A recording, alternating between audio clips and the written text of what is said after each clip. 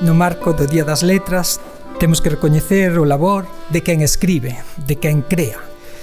E tamén de manter viva a tradición das letras galegas. Esta tradición inventouse en 1963 para recordar que houbera un libro que se chamara Cantares, invitando ao pobo galego a facer algo que sabía facer moi ben, cantar. E puxo por escrito. E iso fixo que moito do analfabetismo que había se fixese permeable para todo o mundo e que quedase para os que viñeran detrás.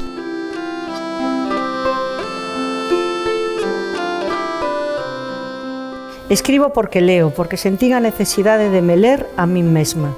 Porque, perdoádeme a soberbia, chegou un día en que precisei dialogar co mundo, aportar o meu pequeno grao de area e devolver parte de todo o que aprendera. É o momento non de cambiar as regras, senón de mudar o xogo, de mudar o mundo, de cambios profundos e estruturais e tamén conceptuais. É o tempo do feminismo, é dicir, da xustiza, da igualdade, da liberdade, da dignidade e tamén, por que non, da felicidade. Eu sou unha muller feminista e cando digo feminista, dicir, falo dunha cosmovisión do mundo. Os mitos son aquelo que se nace e se transmite para dicirnos como que temos que ser, como individuos e tamén como sociedades. Entón, crear sociedades novas supón derrubar vellos mitos e construir ou non mitos novos. A vontade das mulleres de chegar a un momento dado preguntarse polo seu papel e por que foron relegadas ao que son é o sermón do feminismo.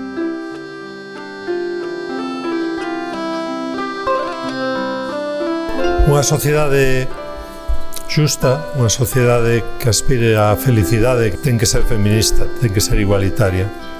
E hoxe homenaxeamos a unha viguesa do Calvario que luitou pola igualdade e que levantou a bandeira do feminismo e ao mesmo tempo tamén levantou a bandeira do país, non?